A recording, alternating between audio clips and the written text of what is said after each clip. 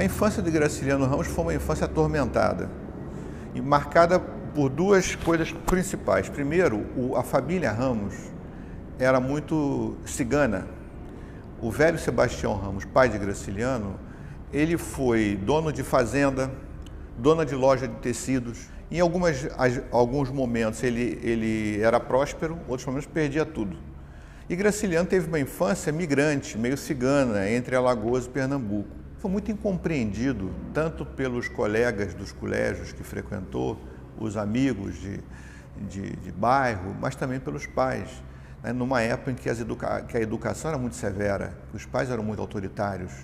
Então Graciliano sofreu amargamente. O livro Infância retrata isso de maneira pungente, porque ele era muito perseguido no colégio, com vários apelidos depreciativos, porque ele era uma criança tímida, introvertida, que desde cedo já tinha uma ligação com a literatura, descoberta da leitura, coisas que não eram próprias para um menino no interior do Nordeste do Brasil, no final do século XIX e início do século XX.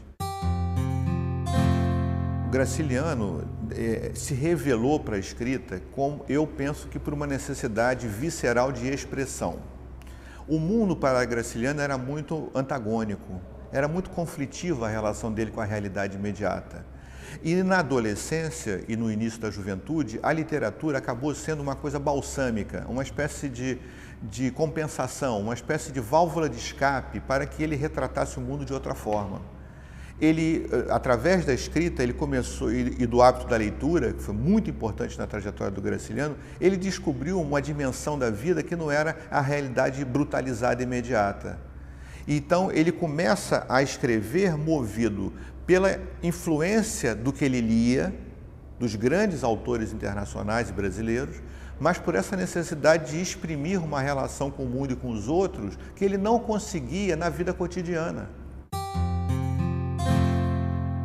Ele vivenciou isso precisamente nesse período de infância e adolescência, em que a família Ramos era cigana e itinerante.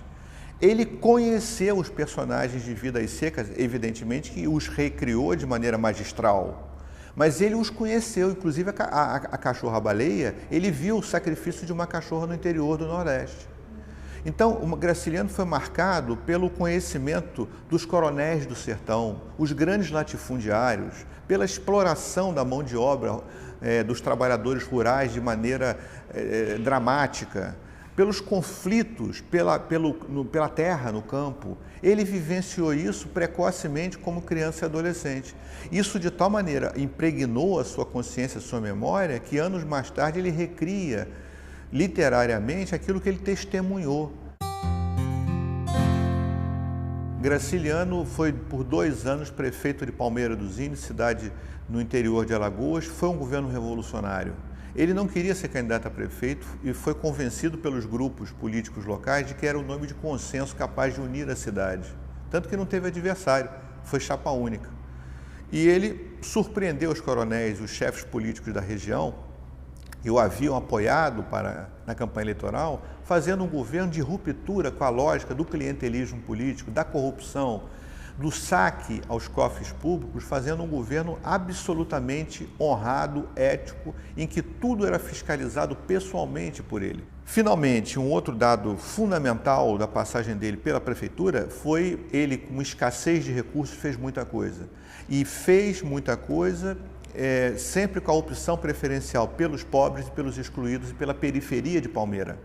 As obras que ele fez, por exemplo, uma estrada que até hoje está lá, ligando Palmeira a Santana do Ipanema, para poder romper o isolamento que a cidade tinha por rodovia. Ele fez algumas escolas em Palmeira, ele prestigiou a educação pública em Palmeira, ele tentou resolver o problema da saúde pública em Palmeira com escassez de recursos, mas com uma prioridade fundamental. Ele governou para os deserdados, os oprimidos e os pobres, e não para os ricos e poderosos.